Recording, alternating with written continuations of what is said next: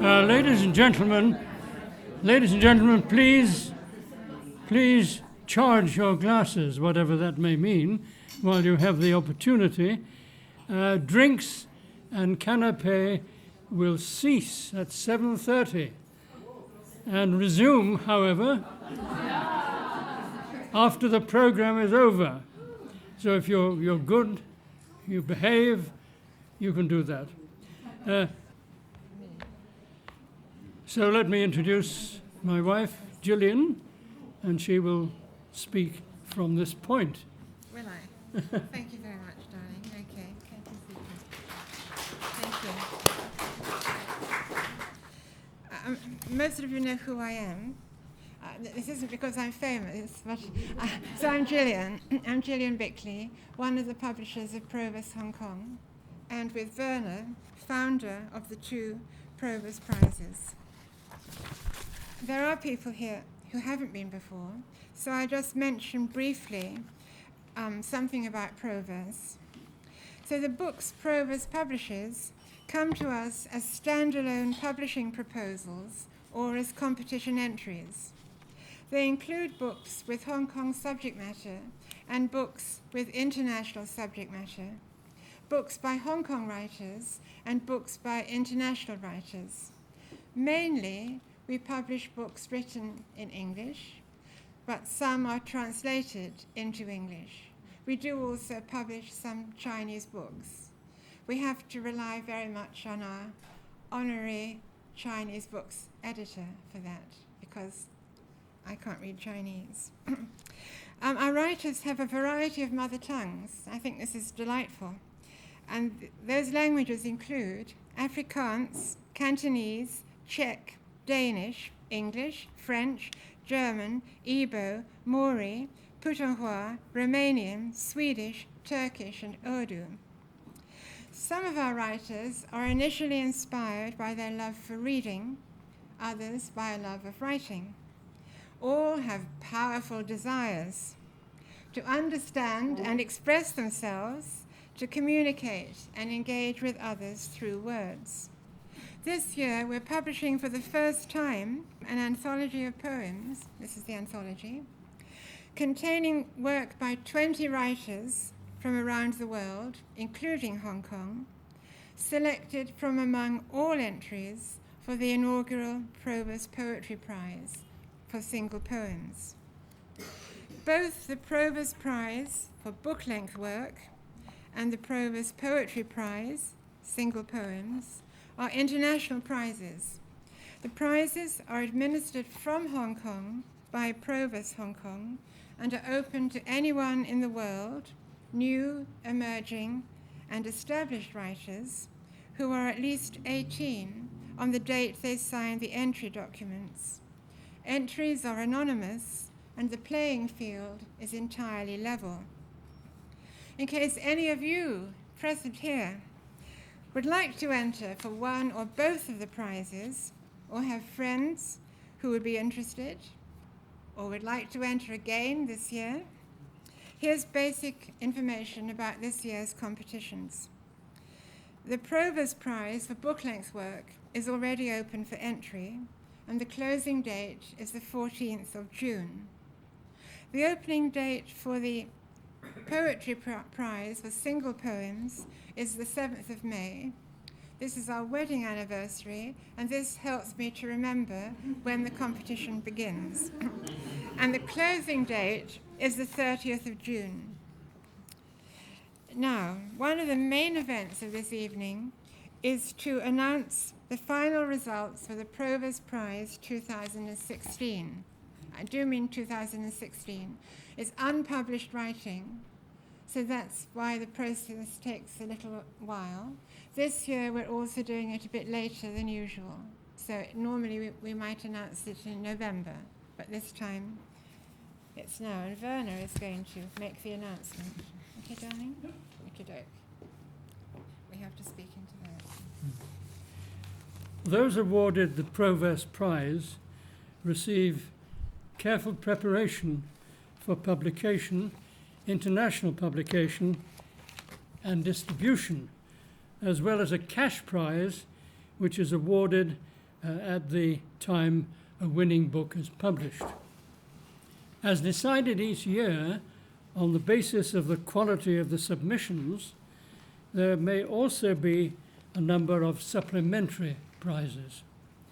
These consist of careful preparation for publication and international publication and distribution, themselves with a considerable cash value.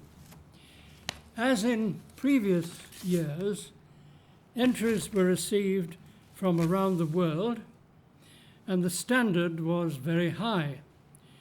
In past years, the judges have recommended that the prize be shared among two writers. This time, the competition was equally hot, but for the first time, there is a single winner of the Proverse Prize. The winner of the 2016 Proverse Prize is Ivy Ngeow for Cry of the Flying Rhino, a novel set in Malaysia.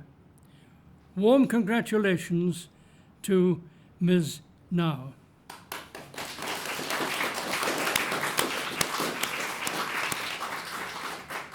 Ivy has sent a brief message from London, where she lives, and Verna's going to read it.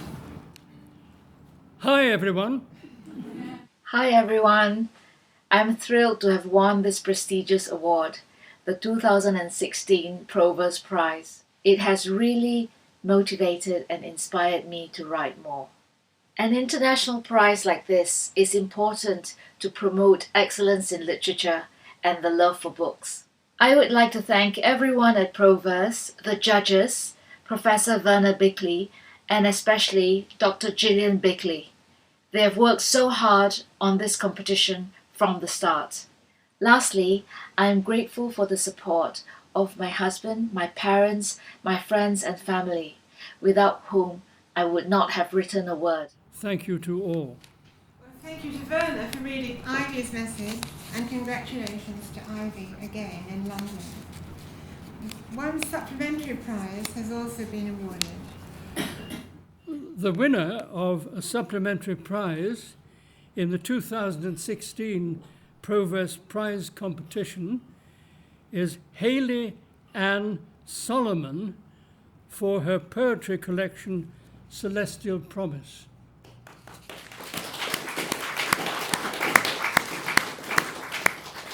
So Hayley has sent us a message from New Zealand, where she lives, and Verna will read this.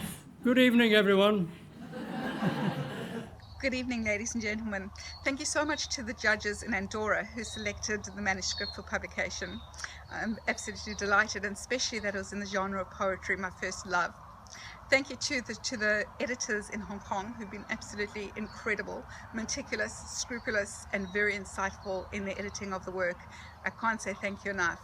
And finally, have a lovely, lovely evening, everyone, and I hope to be with you in Hong Kong in November for the launch of Celestial Promise.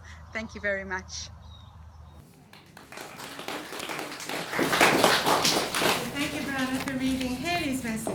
Now, Verna is now going to acknowledge and present prizes to the first, second, and third placed winners in the inaugural Proverse Poetry Prize single poems. Now, this is very complicated.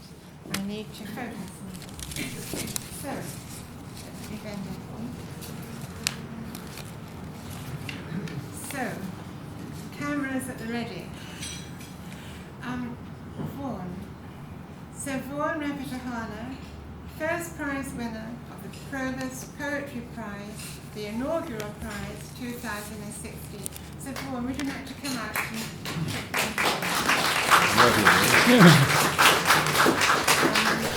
would you like to give this to me? Yes, indeed. And, face it. Thank you very much. Thank you very much. Congratulations, Vaughan. Well done.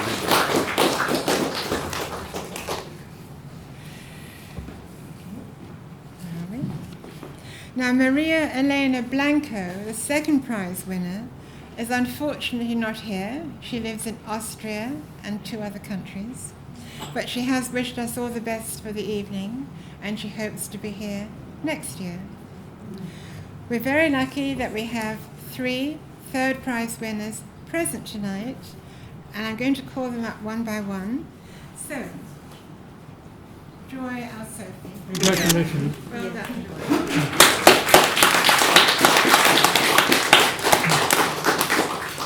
Thank you. Thanks so much. Gili, Haimovich.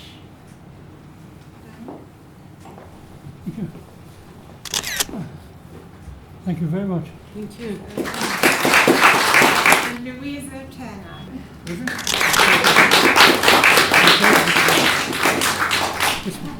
Thank you very much, Johnny. And now, Werner will present to the authors who are launching their books tonight the first copy, their very first copy of their new book. So, Dragoş Ilca with Hong Kong Hollow. Hi. Just sit over there. Oh, yes. Birgit Bunzel Linder. Bliss of Bewilderment. Thank you very much. Oh, and the next one is me. Will you present me with a book, darling? Congratulations. Thank you. Come in. I haven't seen this before.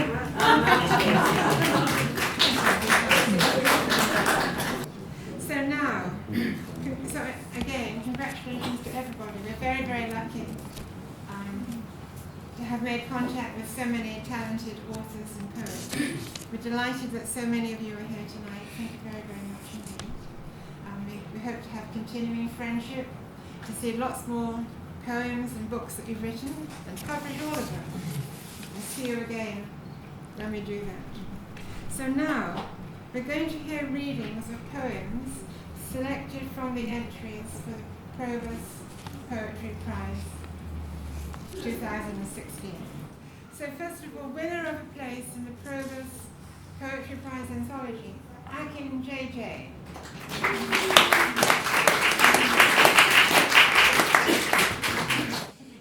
All right, give me a moment, folks. I have found my place here. Now, I'd written this poem years ago, and I was inspired by the rain, and as it turns out, it's quite appropriate for this time of year and the weather we've been having lately. But there's beauty in everything, including the rain, although after 2 weeks of this, you just want it to, go away.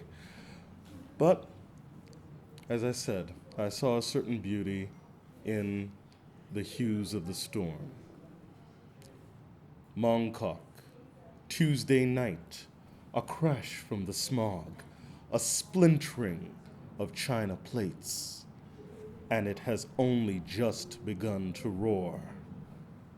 Dark colors, ashen and slate, a fresh shower of rain, a little pain, solitary gray knit middle-aged woman weeping on a crowded train. Deep colors, violet and agate, steady torrent of splashing streaks unbounded by joy, couples sealed bright lips at MTR Yamate.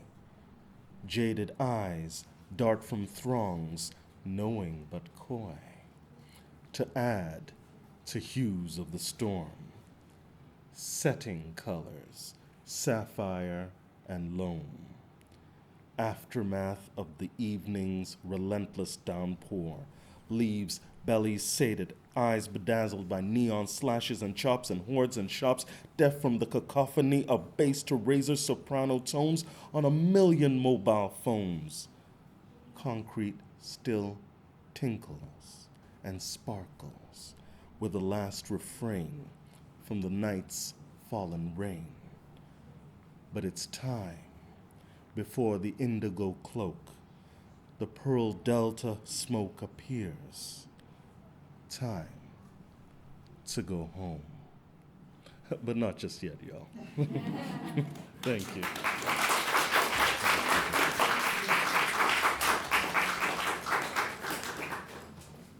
So Susan Lavender, winner of a place in the Proverse Poetry Prize anthology.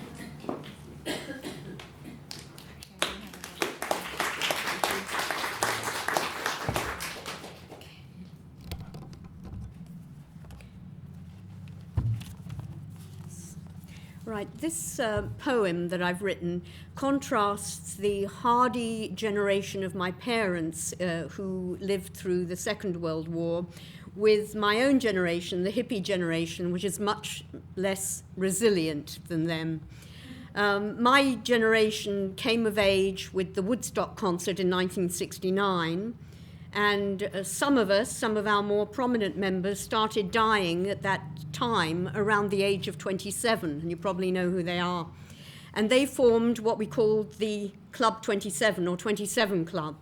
The rest of us, like me, who unfortunately survived into this great millennium of the 2000s, started dying out last year in 2016 around the age of 69. And we are the 69 Club, which is the name of my poem. Okay. So the fighter generation was born in the wake of World War I, suffered hunger and the Depression, spent their heyday fighting and believing in World War II. They lived frugally in austerity and remained strong. Their sons and daughters instead were flower children, embracing peace, rejecting their parents' wars as wrong. They lived their hedonistic lives to the full, perhaps to excess, with wine, weed, and song. Their heyday was 1969's Summer of Love, 3 days of peace and music under the symbol of the dove. Old soldiers never die, but flowers fade quickly. So goodbye, Bowie, Rickman, and Fry. The flowers that blossomed in 1969 are withering now at age 69, while the fighters that survived under war's bitter bond continue to live past their flower children well into their 90s and beyond. So now we, the hippies, are leaving. We salute you, the Y-Gen. Your future looms, and we entrust to you our aged parents grieving for us, the flower gen, because flowers can't bloom in 21st century technology fumes. That's my poem. Thank you. Thank you very much, Susan. Thank you. So Sam Powney, winner of a place in the Proverse Poetry Prize anthology. Come on, Sam. Evening, everyone. So this poem was written last year in the very hot summer, and at the same time, political tensions about the South China Sea were hotting up. So that's basically what this is about. Does the ocean wave? Dark, unsettled tarpaulin, grey swathes twitch taut, sharp gold glints. The sun has got his hat on. Is he coming out to play? Exhausted aircon drips. A melded shirtman steams. Do the hills rejoice? Silent monochrome humps. Wisps of cloud hiss, disappear. Was the storm a blast? Ice branches in summer sky. Sudden, dumbstruck, blackout blocks. Which land owns the rocks? They mule to the eastern sea. In giant plastic gyres, her belly starts to heave.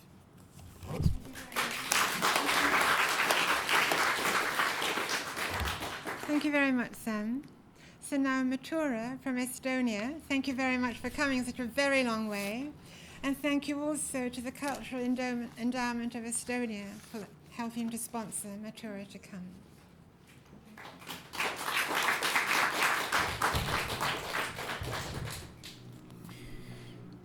Hello, everybody. It's a poem called Light of Bones, which is dedicated to Swedish poet Per Hansson. And it is much about retrieving oneself from the outside world so as to find inspiration in the inner one.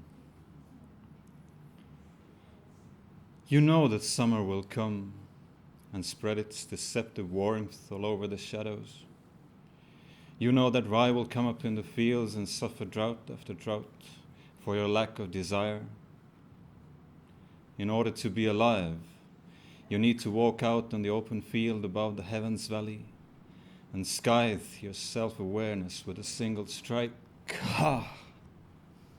In order to write, you need to go back to the house where hay grows in through the windows. Wind flutters the moldy curtains, and cracks in the floorboards let the coolness of his spirits then seep in. Slowly, you crawl out of the stinking quagmire of welfare and feel your bones go on growing, growing inwards, filling with light. Thank you.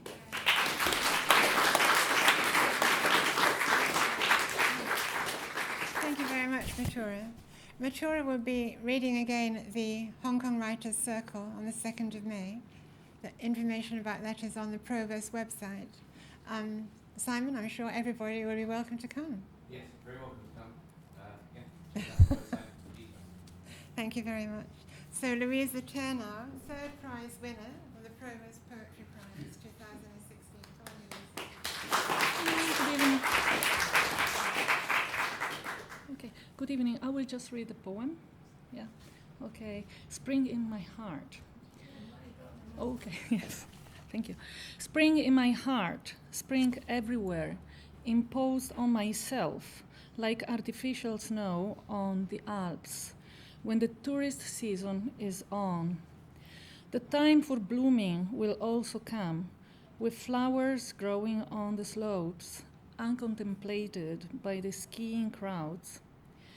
Spring will be only for the moon and for the stars, blossoms remaining unnoticed on the deserted ski run.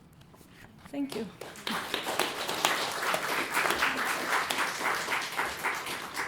Thank you very much, Luisa.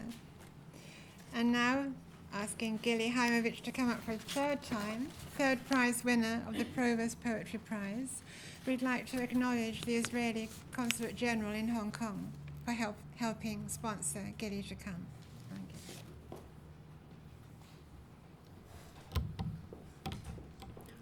Well, can you hear me well? I think the environment is a big world, and I prefer to look at my more immediate environment in urban scenery and see if I can learn anything from it. To look at the cracks that the tree makes through the concrete, to look at the sea glimmering through the streets and the high-rising buildings, to look at the stray cats and the birds and see how they make it through in the city the same way that I am.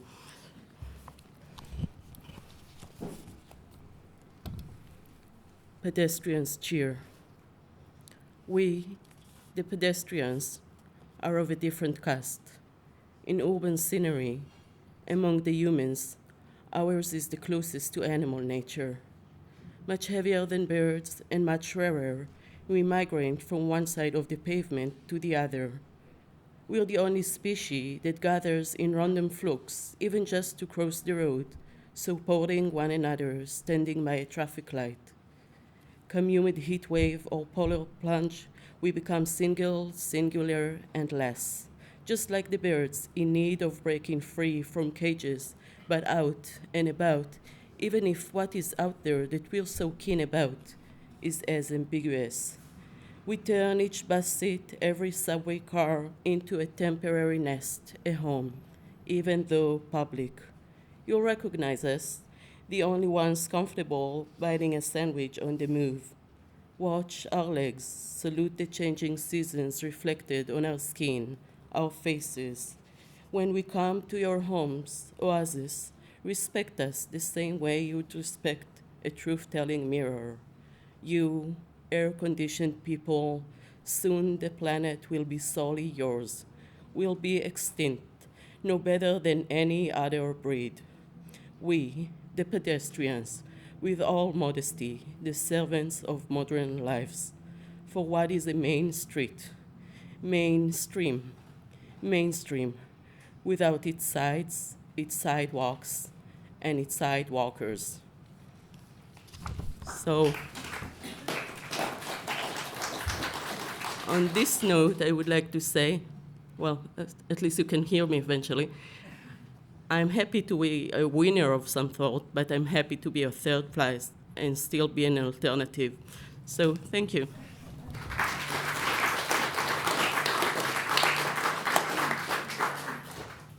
Thank you very much, Gili. So now Joy Al-Sofi, third prize winner of the Proverse Poetry Prize competition. Joy has a cold. She's going to do her best. Yes. Thank you.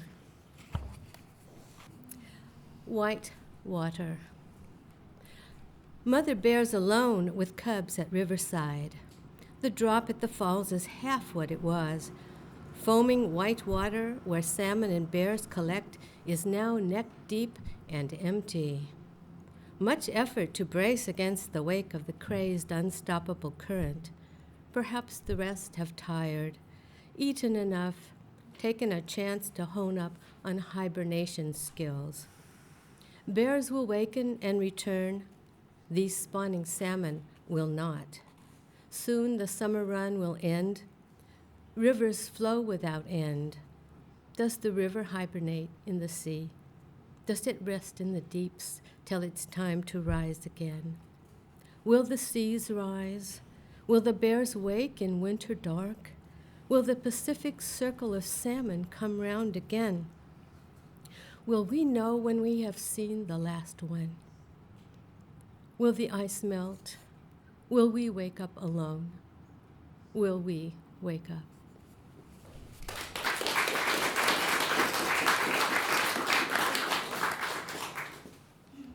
Thank you very much, Joy. And now Vaughan Rapatahana, winner of the Proverse Poetry Prize 2016.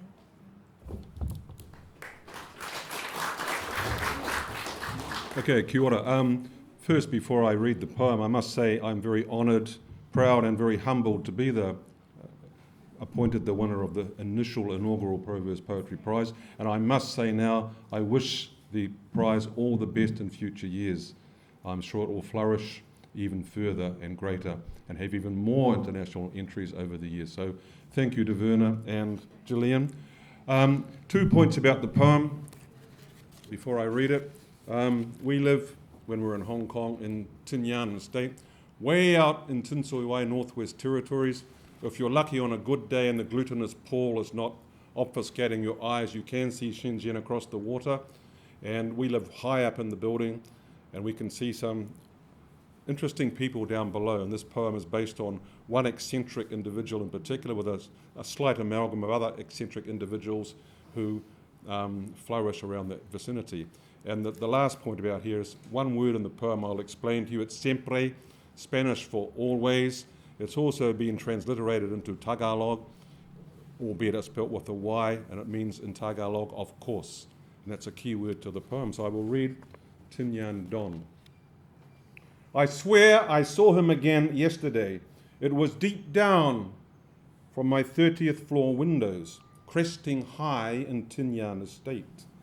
Churning his arms circulatory, yes, rather like some Lilliputian windmill. He airstrode an errant Tai Chi. He seemed to be chanting something, but what could I decipher from my own aerial roost? He was homunculus to me. This morning, giving up trying to spy Shenzhen through the perennial glutinous pall, I plodded home across the motley square, replete with cheap lots haggled at the local market.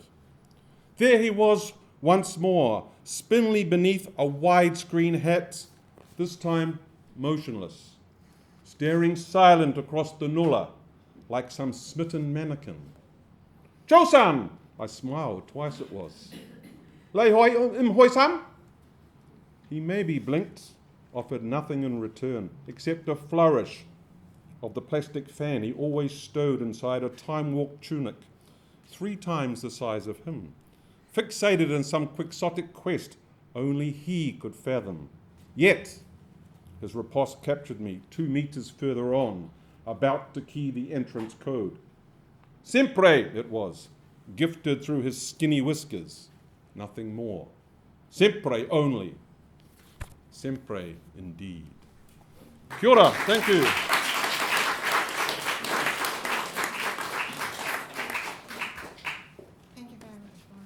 Thank you very much.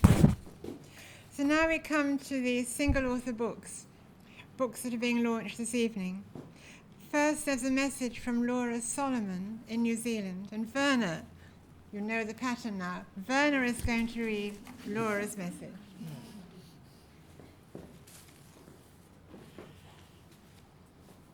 Laura writes that brain graft is based on her own experiences with a brain tumor. The idea of having a brain graft occurred to her as something that may be possible in the future, and she began imagining what would happen if such a transplant took place. In this play, the upper-class lady who gets a brain tumor has a segment of a working-class lady's brain implanted. The play was influenced by Pygmalion and Educating Rita. The play also serves as commentary on the British social classes and their dynamics. Well, we wish Laura well, good health, and continued writing. So congratulations to you. Well, we know whose turn it is now. I think, whose turn is it now? Well, I think it's Dragoş Ilca with his first book, Hong Kong Hollow.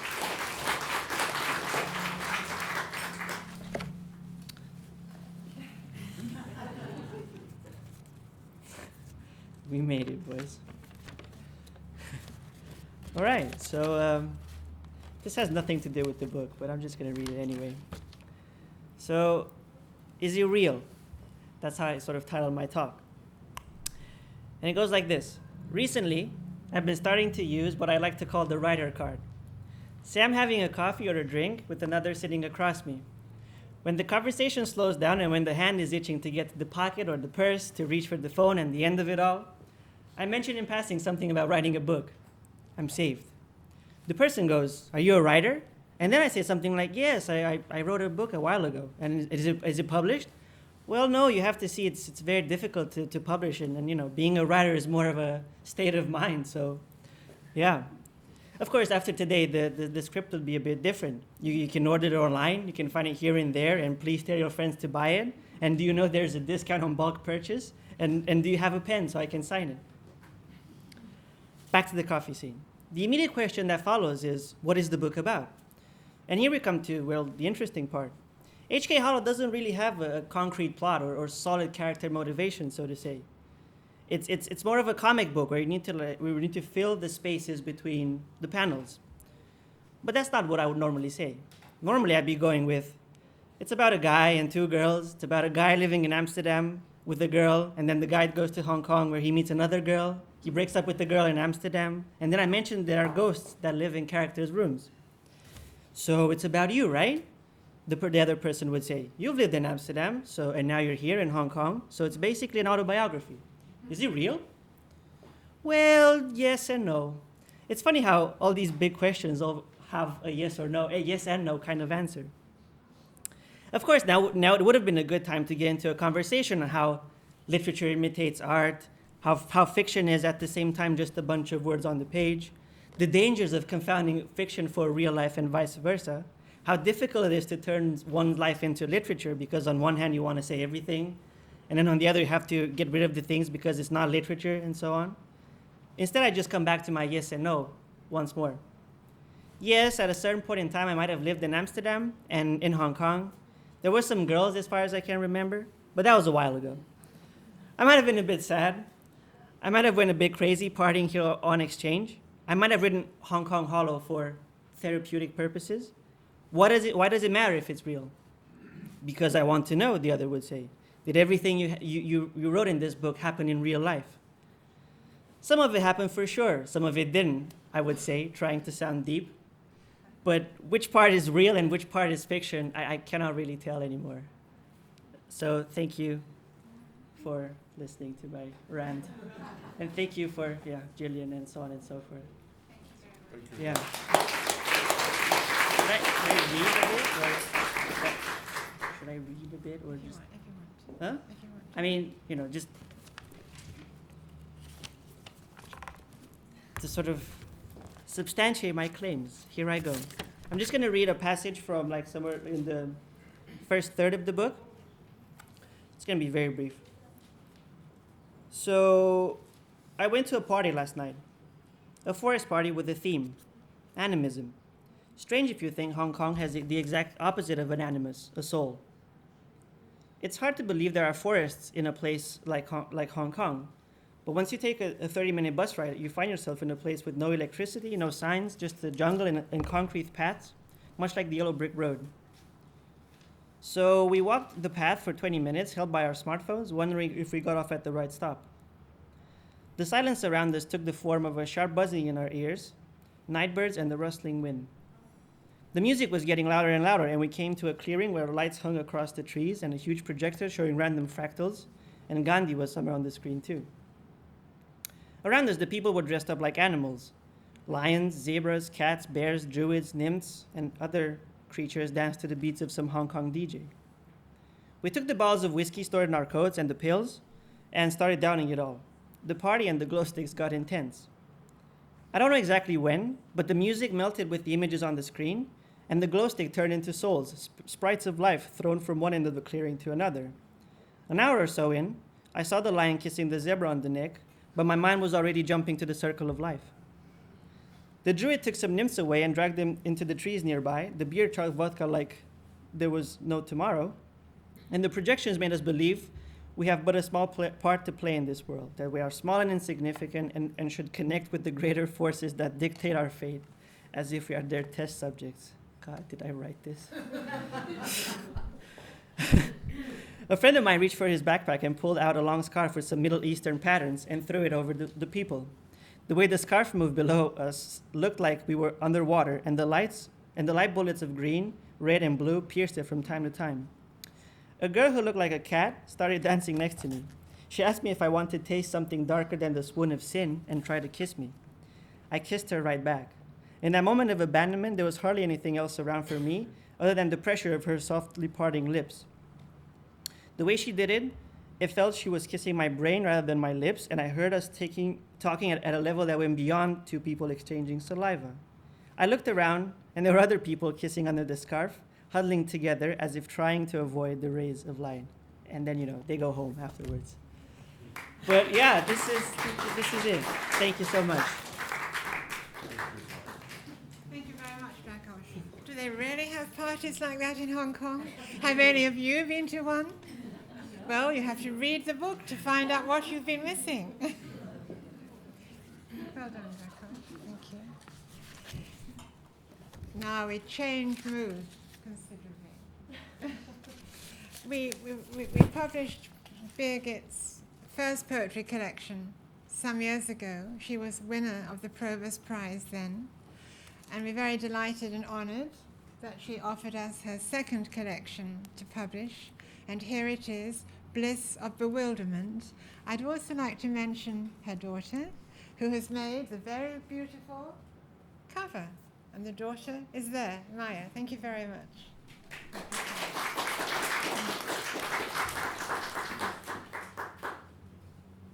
Yeah, Maya. Okay.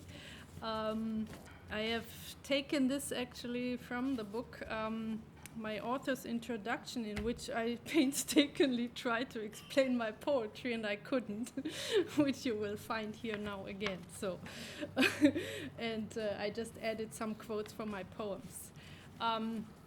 Bliss of Bewilderment is a collection of poetry that actually depicts inner journeys that I have taken many times.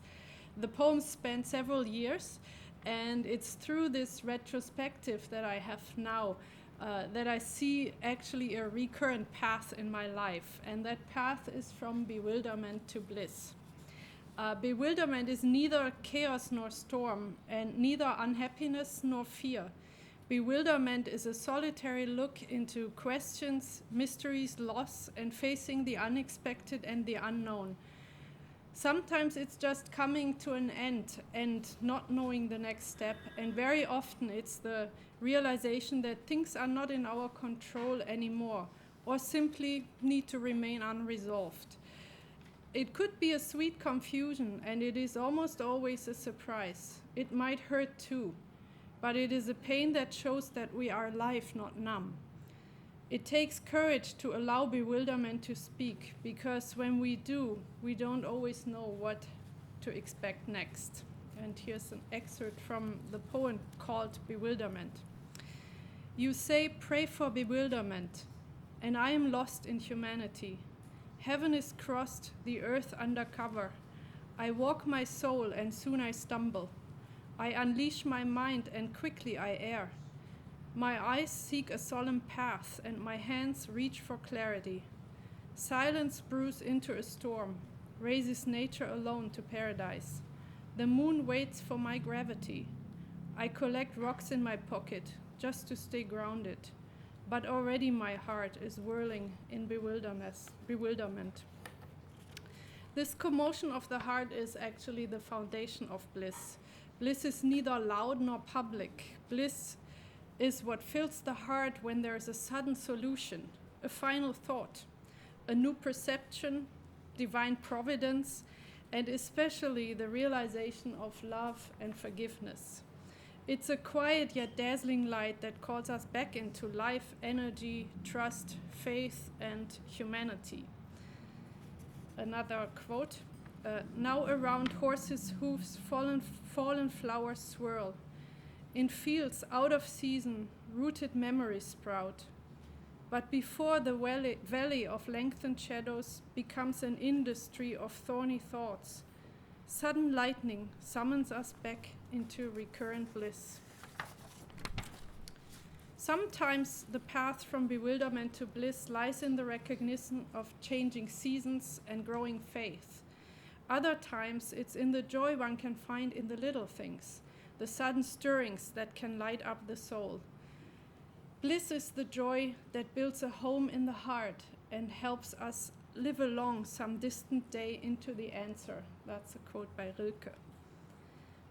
And from my poem called Bliss of Bewilderment, we tend to the garden, find its wilderness, doused in the salmon light of an Indian summer sun.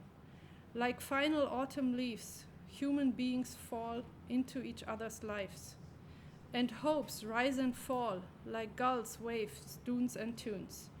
The wide river rushes by all our days of delight, fast, torrential, into hours of perplexity. Something glows slow, slow, until the slow undying of the spring. We rearrange roots, rocks, blossoms and birds to the best of our blindness, until the dusk chorus sings of the bliss of our last bewilderment. Bliss and bewilderment seems like opposite experiences, and most of us would probably prefer bliss. It is perhaps a privilege of older age to see, in fact, that the two might belong together. As Rumi explained, God turns you from one feeling to another and teaches you by means of opposites, so that you will have two wings to fly and not just one. Thanks.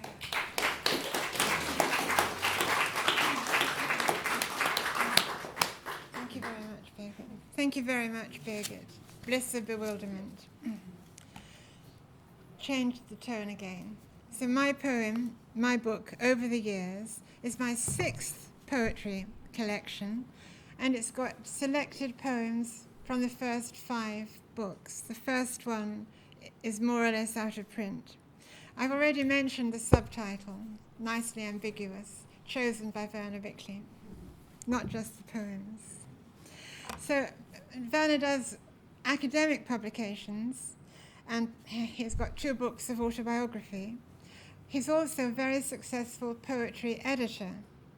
His 5 selections of poetry, Poems to Enjoy, have been in print ever since, shall I say it, the 1960s. In view of this success, I thought, who better to make a selection of my own poems than Vaughan Bickley? Recently, Werner and I were in Zhuhai, United International College, where I gave a talk with the title, Writing, Publishing, Being Published. A teaching assistant there referred to some of my poems as urban poetry. Indeed, some of it is. I enjoy looking at people and things, making connections between them, and finding new ideas. But I write about other topics too, the countryside, personal events, reflections, and feelings. I'm going to read just one poem written, dare I say this, in 1972, well before people started talking about the significance of the year 1997. In a sense, this poem encapsulates what I believe all writers desire, to make a record of their experiences, what they value, the times they lived in. So this is called For the Record. And it's after seeing slides of images of old Hong Kong kept in the Hong Kong Public Records Office, then newly established. I think if you've seen old photographs, you know that people had to keep very still because of the shutter speed. But if somebody moved, then either they wouldn't appear at all, or there would be a smudge on the image. So, we sit in a darkened room, gazing at the bright screen, where images of old Hong Kong appear. An eerie silence drains the scenes. Few people, little life that moves. Only buildings, low, with colonnades, huge trees. The peak, now lush and verdant, bare like a moonscape. It is cozy in the room, manageable, known, getting the history books in order before new possessors come. People came and went about their business, crossing the lenses of old cameras, but they, intent on things that stayed more permanently, ignored them, made no record.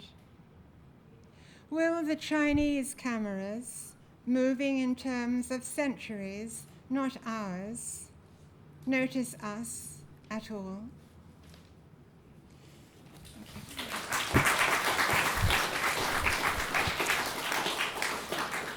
So that's the end of the readings. I hand over to Werner. Well, congratulations to all the writers whose books are being launched or featured this evening. Dragoş Ilca, Birgit Linder, Gillian, Bickley, Laura Solomon. Well, as you've heard, these books are all very different from each other, all excellent in very different ways, considerable achievements and milestones in their authors' lives. Do support the authors who have dedicated a great deal of time, thought, and talent to their writing. Equally important, give yourselves the pleasure of meeting them also through their words. Books by all Proverse writers, as we've probably said, are on the book table. Please support all the authors present by buying, purchasing, and buying, reading, enjoying, and commenting on their work. If you ask them, they will sign their books for you tonight. As for those whose poems feature in the Proverse Poetry Prize anthology, Mingled Voices, they will sign next to their poem in the anthology if you ask them to. The student helpers at the book table are there to help you to make your purchases. We thank all the students for their help.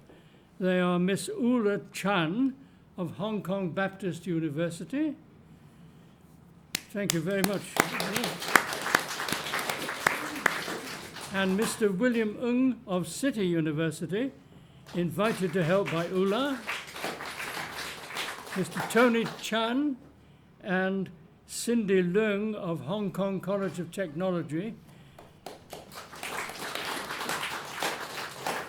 kindly arranged, as indeed every year, by Miss Shida Lee Waiman and Miss Liu Wan Tung Vera.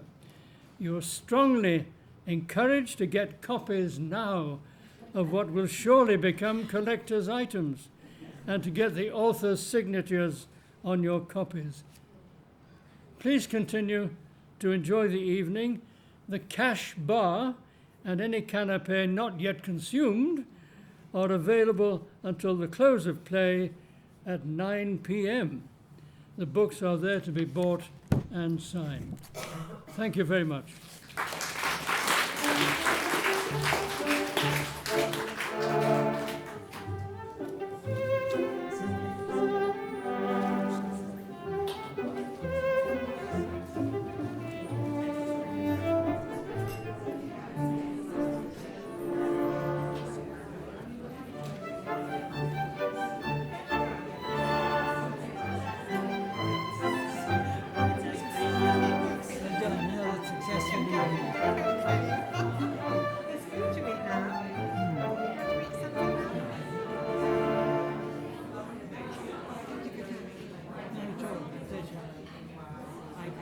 With me here, but the last day was wet and I lost my umbrella. Oh, did you?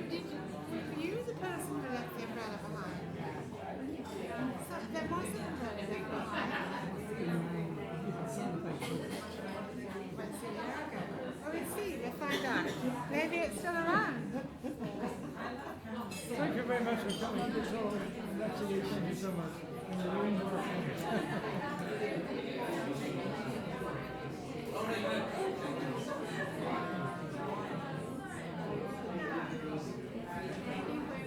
Thank you.